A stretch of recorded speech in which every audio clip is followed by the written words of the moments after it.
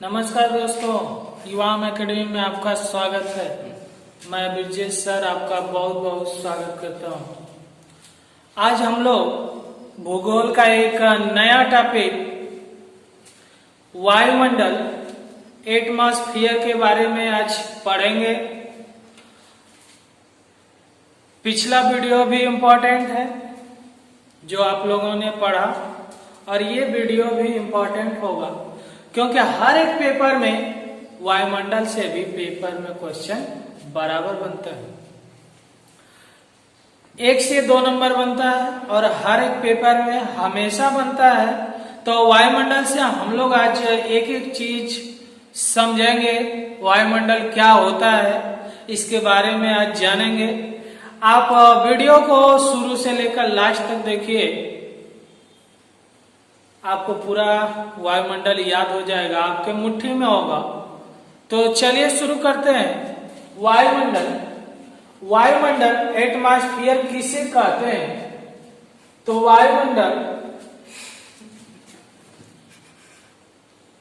वायुमंडल किसे कहेंगे? तो वायुमंडल पृथ्वी के चारों ओर घिरे हुए गैसों के आवरण को हम लोग वायुमंडल कहते हैं, यानी गैसों के आवरण को वायुमंडल किसे कहेंगे? पृथ्वी के चारों ओर घिरे हुए गैसों के आवरण को हम लोग वायुमंडल कहते हैं। अब इनकी प्रकृति पूछता है कि इन गैसों का प्रकृति क्या होता है? तो रंगहीन,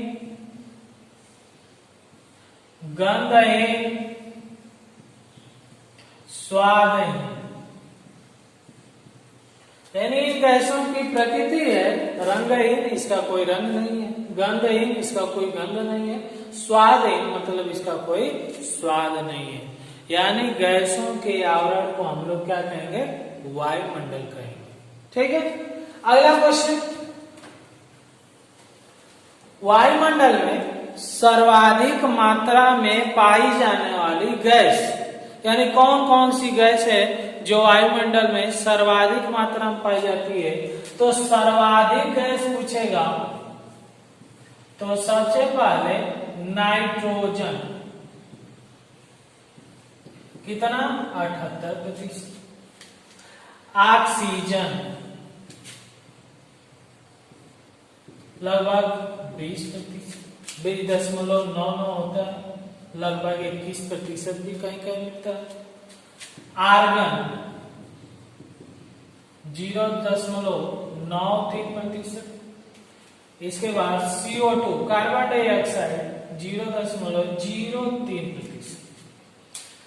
यानी ये क्वेश्चन में पेपर पूछता है कि सर्वाधिक मात्रा में पाए जाने वाले मंडल में गैस तो नाइट्रोजन, उसके बाद ऑक्सीजन, आर्गन, कार्बन डाइऑक्साइड। इन गैसों में सबसे भारी गैस कार्बन डाइऑक्साइड होती है, इसी कारण ये सबसे निचली परत में होती है कार्बन डाइऑक्साइड गैस। ठीक है, अगला क्वेश्चन। वायुमंडल कितने भागों में बांटा गया है ये भी पूछता है। तो वायुमंडल 5 भागों में बांटा गया है। क्षोभमंडल ट्रोपोस्फियर, समतापमंडल स्ट्रेटोस्फियर, मध्यमंडल जिसे मेसोस्फियर, आयनमंडल आयनोस्फियर, वायुमंडल एक्सोस्फियर। ये हिंदी और ये इंग्लिश है। इंग्लिश भी उतना ही इंपॉर्टेंट है जितना हिंदी है, क्योंकि कभी कभी पेपर में इंग्लिश ही पूछ देता है। तो दोनों नाम आपको याद रखेंगे, हिंदी में क्या है और उसका इंग्लिश में नाम क्या है। ठीक है, अगला क्वेश्चन पूछता है कि क्षोभमंडल की ऊंचाई कितनी है? तो क्षोभमंडल की ऊंचाई अगर पूछता है तो अगर धरातल से देखा जाए तो धरातल से ये 8 से 10 किलोमीटर होती है, और विषुवत रेखा या भूमध्य रेखा से देखा जाए तो इसकी ऊंचाई 8 से 18 किलोमीटर होती है। यानी विषुवत रेखा से ऊंचाई 8 से 18 किलोमीटर होती है, और धरातल से क्षोभमंडल की ऊंचाई 8 से 10 किलोमीटर होती है। ठीक है, 18 से लेकर 50 किलोमीटर तक समताप मंडल का विस्तार है। 18 से लेकर 50 किलोमीटर तक समताप मंडल का विस्तार है। 50 से लेकर 80 किलोमीटर तक मध्य मंडल का विस्तार है। 50 से लेकर 80 किलोमीटर तक मध्य मंडल का विस्तार है। 80 से लेकर 640 80 से लेकर 640 किलोमीटर तक आयन मंडल का विस्तार है और 640 से ऊपर आपका वायु मंडल का विस्तार है। ठीक है, ये भी पेपर के लिए इंपॉर्टेंट है। तो चलिए एक एक को अच्छे से समझते हैं। क्षोमंडल को देखते हैं। तो क्षोमंडल का विस्तार आपने देखा कि 8 से 10 किलोमीटर सतह से माना जाता है। भूमध्य रेखा से पूछे तो 18 किलोमीटर, यानी 0 से लेकर 18 किलोमीटर तक क्षोमंडल का विस्तार है। ठीक है, अगला क्वेश्चन, क्षोमंडल में सभी मौसमी घटनाएं होती हैं। सभी मौसमी घटनाएं होती हैं, जैसे वर्षा, कुहरा, ओला। ठीक, इसी में ऑक्सीजन भी पाई जाती है, जो हमारे जीवन के लिए सबसे महत्वपूर्ण गैस। ठीक है, अगला क्वेश्चन क्षोमंडल से पूछता है। तो ये पृथ्वी से सटी हुई परत है, यानी सबसे पहली परत पृथ्वी के ऊपर कौन सा है? क्षोमंडल है। अगला क्वेश्चन पूछता है ऊंचाई। ऊंचाई में 2 क्वेश्चन पूछता है कि कब अधिक होती है और कब कम होती है। कब अधिक होती है और कब कम होती है? तो अधिक आपका ग्रीष्म ऋतु और कम आपका शीत ऋतु,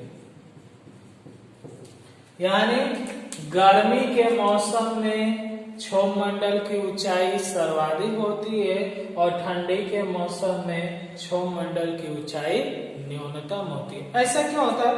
तो क्योंकि गर्मी में हवाएं और ऊपर रहती हैं, वायु और ऊपर रहता है, इसलिए ऊंचाई क्षोमंडल की और बढ़ जाती है। और ठंडी के दिनों में वायु नीचे तक गिरा रहता है, इसलिए इसकी ऊंचाई कम हो जाती है। ठीक है, तो ये क्षोमंडल से क्वेश्चन बनेगा। कितना ऊंचाई है? तो 8 से 18 या 0 से 18 भी कर सकते हैं। धरातल से कितना है? तो 10 किलोमीटर। भूमध्य रेखा से कितना है? तो 18 किलोमीटर। इसमें क्या होता है? तो मौसमी घटनाएं होती हैं, जैसे वर्षा, कुहरा, ओला, ऑक्सीजन। अगला, या पृथ्वी से सटी हुई या पृथ्वी की पहली परत है क्षोमंडल। अगला पूछता है कि इसकी ऊंचाई कब अधिक होती है? तो ग्रीष्म ऋतु में। कब कम होती है? तो शीत ऋतु में। चलिए अगला देखते हैं, समता मंडल। ये सबसे इंपॉर्टेंट है, इसे क्वेश्चन पेपर में भी पूछता है। समता मंडल, स्ट्रेटोस्फीयर। ऊंचाई की बात करें तो क्षोमंडल से लेकर, यानी क्षोमंडल 18 था, तो ये 18 से 50 किलोमीटर तक फैली हुई है। यहां से लेंगे तो ये क्षोमंडल के ऊपर 50 किलोमीटर तक फैली हुई है। ठीक है, अब इसमें कहता है अगला क्वेश्चन, तो इसमें कोई मौसमी घटनाएं नहीं होती है, यानी मौसमी घटनाएं नहीं होती है। आकाश साफ रहता है, इसलिए इसमें क्या होता है? वायुयान चलाई जाती है। वायुयान चलाई जाती है। ठीक है, ये 2 क्वेश्चन समता मंडल से। इसमें जहाज चलाई जाती है, ये भी पेपर पूछता है कि जहाज किस मंडल में उड़ाई जाती है? तो समता मंडल। ठीक है, अब सबसे ज्यादा इंपॉर्टेंट क्या है? तो इसमें 15 से लेकर 35 किलोमीटर, 15 से 35 किलोमीटर तक ओजोन गैस का विस्तार पाया जाता है। ओजोन गैस का 15 से लेकर 35 किलोमीटर तक ओजोन O3 ओजोन गैस पाया जाता है जिसे हम लोग ओजोन मंडल कहते हैं, ओजोन मंडल कहते हैं। एक क्वेश्चन आता है कि ओजोन मंडल किस मंडल में पाया जाता है, तो ओजोन मंडल अलग मंडल नहीं, ये समताप मंडल में ही पाई जाती है ओजोन मंडल। कितना ऊंचाई तक, 15 से लेकर 35 किलोमीटर ये मोटी है। ये क्या करती है ओजोन मंडल, तो ये सूर्य से आने वाली पराबैंगनी किरणों को रोकती है। या हानिकारक जो कीड़े आती हैं तो ये ओजोन मंडल उसको रोकने का कार्य करता है, ये सतह पे नहीं आने देता है, क्योंकि ये कीड़े बहुत खतरनाक होती है, मनुष्य के लिए नुकसानदायक होती है, इससे कैंसर भी हो सकता है। तो ये कीड़ों को रोकती है। अब इसमें भी क्वेश्चन पूछता है, तो इसमें 3 प्रकार के कीड़े हैं, UVA, UVB और UVC, अल्ट्रावायलेट पराबैंगनी कीड़े, ultraviolet A, ultraviolet B, ultraviolet C. ये 3 कीड़ों में पूछता है कौन सबसे ज्यादा खतरनाक है या सबसे ज्यादा हानिकारक है, तो UVC ये हानिकारक सबसे है। ठीक है, ये क्वेश्चन हुआ। अगला पूछता है कि ओजोन मंडल में, तो एक और घटना होती है ओजोन मंडल में, हरित गृह प्रभाव। ये भी घटना जिसे हम लोग इंग्लिश में ग्रीन हाउस इफेक्ट कहते हैं। और इसमें क्वेश्चन पूछता है कि इसमें किस गैस की मात्रा सर्वाधिक होती है, ग्रीन हाउस प्रभाव या हरित गृह प्रभाव में किस गैस की मात्रा सर्वाधिक होती है, तो सर्वाधिक गैस की मात्रा कार्बन डाइऑक्साइड की होती है। ये भी पेपर के लिए सबसे इंपॉर्टेंट, हरित गृह प्रभाव या ग्रीन हाउस इफेक्ट में किस गैस की मात्रा सर्वाधिक होती है, तो कार्बन डाइऑक्साइड की होती है। एक और क्वेश्चन बनता है इससे ओजोन मंडल से, कि जो हम लोग घरों में फ्रिज का यूज करते हैं, एसी का यूज करते हैं, कृत्रिम कारखाने जो स्थापित किए जाते हैं, तो उसमें से एक गैस निकलती है CFC, क्लोरोफ्लोरोकार्बन गैस निकलती है, जो ओजोन मंडल के सतह को पतली कर देती है, जिसमें से छिद्र हो जाता है। तो ये भी पूछता है कि ओजोन छिद्र प्रभाव किस गैस के कारण होता है, तो CFC से होता है, क्लोरोफ्लोरोकार्बन से होता है। इसीलिए हम लोग ओजोन मंडल को बचाने के लिए, क्योंकि ओजोन मंडल हमारे लिए बहुत रक्षा करती है, खतरनाक कीड़ों को रोकती है, तो हम लोग ओजोन मंडल को बचाने के लिए क्लोरोफ्लोरोकार्बन का प्रभाव करने के लिए प्रत्येक 16 सितंबर को हम लोग ओजोन दिवस मनाते हैं, कि इस ओजोन परत को, ओजोन मंडल को कैसे बचाया जाए। तो ये समताप मंडल से बहुत ही इंपॉर्टेंट क्वेश्चन है। तो इसमें क्या क्या बन सकते हैं, तो किस मंडल में जहाज उड़ाई जाती है, तो समताप मंडल में। ओजोन मंडल किस में पाई जाती है, तो समताप मंडल में। ओजोन मंडल की मोटाई कितनी है, तो 15 से लेकर 35 किलोमीटर तक। ओजोन मंडल का कार्य क्या है, तो ये पराबैंगनी कीड़ों को रोकती है। पराबैंगनी कीड़ों में UVA, UVB, UVC में कौन ज्यादा खतरनाक या हानिकारक है, तो UVC है। हरित गृह प्रभाव की घटना होती है, तो उसमें किस गैस की मात्रा सर्वाधिक होती है, तो कार्बन डाइऑक्साइड की मात्रा सर्वाधिक होती है। ओजोन छिद्र प्रभाव में किस गैस का महत्वपूर्ण भूमिका है, तो CFC का है। ओजोन दिवस हम लोग कब मनाते हैं, तो 16 सितंबर को मनाते हैं। इतना क्वेश्चन समताप मंडल और ओजोन मंडल से बनेगा। आइए अगला मंडल देखते हैं। अगला मंडल है मध्य मंडल। मध्य मंडल यानी 50 से लेकर 80 किलोमीटर। ये 50 समताप मंडल है, 50 से लेकर 80 किलोमीटर तक, यानी इसका विस्तार है समताप मंडल के ऊपर 50 से 80 किलोमीटर, यानी 50 समताप मंडल का, उससे ऊपर 80 किलोमीटर तक मध्य मंडल का विस्तार है, पहला।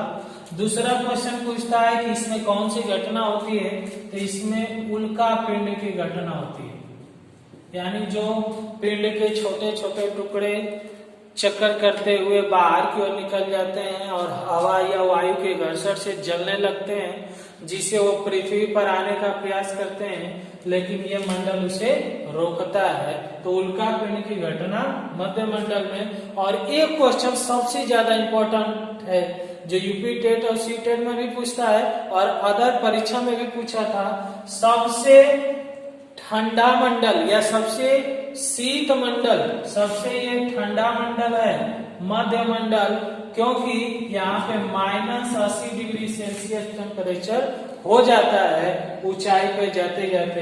तो ये क्वेश्चन सबसे ज्यादा इंपॉर्टेंट है।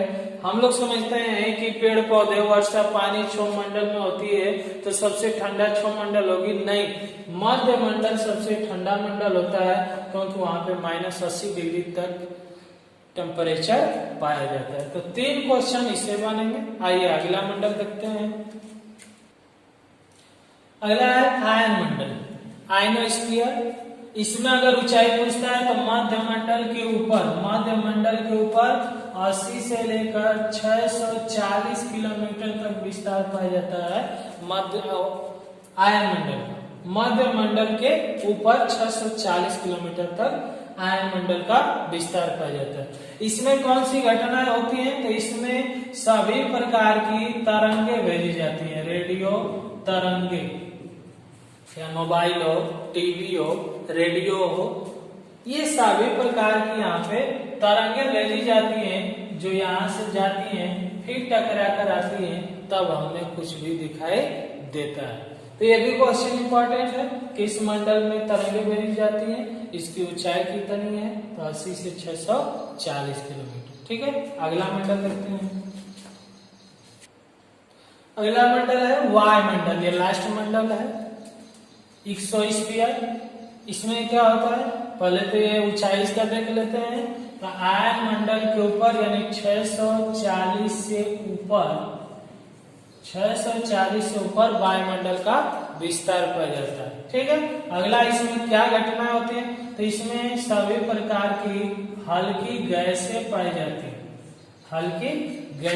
जाती हैं, और इसमें हाइड्रोजन और हीलियम की मात्रा सर्वाधिक होती है, यानी वायुमंडल में हाइड्रोजन और हीलियम सर्वाधिक मात्रा में पाई जाती है। ठीक है, तो ये वायुमंडल लास्ट मंडल था। ठीक, अगला क्वेश्चन पूछता है कि वायुमंडल में सर्वाधिक गैस, तो अभी हमने बताया नाइट्रोजन, तो नाइट्रोजन किस लिए प्रयोग में लाया जाता है, और ऑक्सीजन किस लिए प्रयोग में लाया जाता है, और कार्बन डाइऑक्साइड किस लिए प्रयोग में लाया जाता है, सभी ये इंपॉर्टेंट है।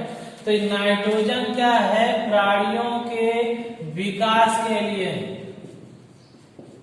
ये प्राणियों के विकास के लिए। ऑक्सीजन का क्या यूज है, श्वास लेने के लिए, यानी श्वास लेने के लिए, हम लोगों को जीवित रहने के लिए।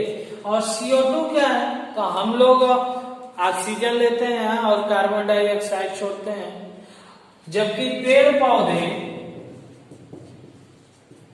कार्बन डाइऑक्साइड को ग्रहण करते हैं और ऑक्सीजन बाहर छोड़ते हैं। इसलिए पेड़ पौधों के लिए कार्बन डाइऑक्साइड की मात्रा सर्वाधिक भी होती है और इसके लिए उपयोग भी होती है। ठीक है, तो अगला देखते हैं। आइए रिवीजन कर लेते हैं। हमने क्या बताया कि वायुमंडल को कितने भागों में बांटा गया है, 5 भागों, क्षोभ मंडल, समताप मंडल, मध्य मंडल, आयन मंडल और वायुमंडल।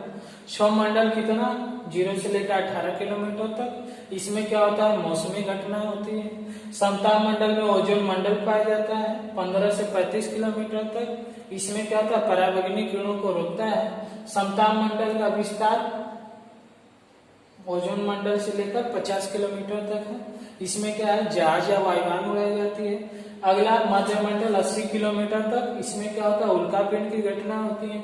अगला आयन मंडल 80 से 640 किलोमीटर तक, इसमें तरंगे, रेडियो तरंगे भेजी जाती हैं। और वायुमंडल यानी हल्की गैसें पाई जाती हैं, ये 640 किलोमीटर से ऊपर होता है। अब एक क्वेश्चन पूछता है कि उपग्रह किस में भेजे जाते हैं। तो देखिए ज्यादातर उपग्रह वायुमंडल में भेजे जाते हैं। ज्यादातर उपग्रह वायुमंडल में भेजे जाते हैं। वायुमंडल अगर ऑप्शन में नहीं है तब हम लोग आयन मंडल को मानेंगे, क्योंकि आयन मंडल में भी कुछ उपग्रह भेजे जाते हैं, लेकिन सर्वाधिक उपग्रह वायुमंडल में भेजे जाते हैं। तो जो ऑप्शन में रहेगा, यदि वायुमंडल ऑप्शन में है तब इसको लगाएंगे, वो नहीं है तब आयन मंडल को लगाएंगे। तो दोस्तों आज हम लोगों ने वायुमंडल का टॉपिक पढ़ा। हमें पूरा विश्वास है कि यह वीडियो आपको अच्छा लगेगा।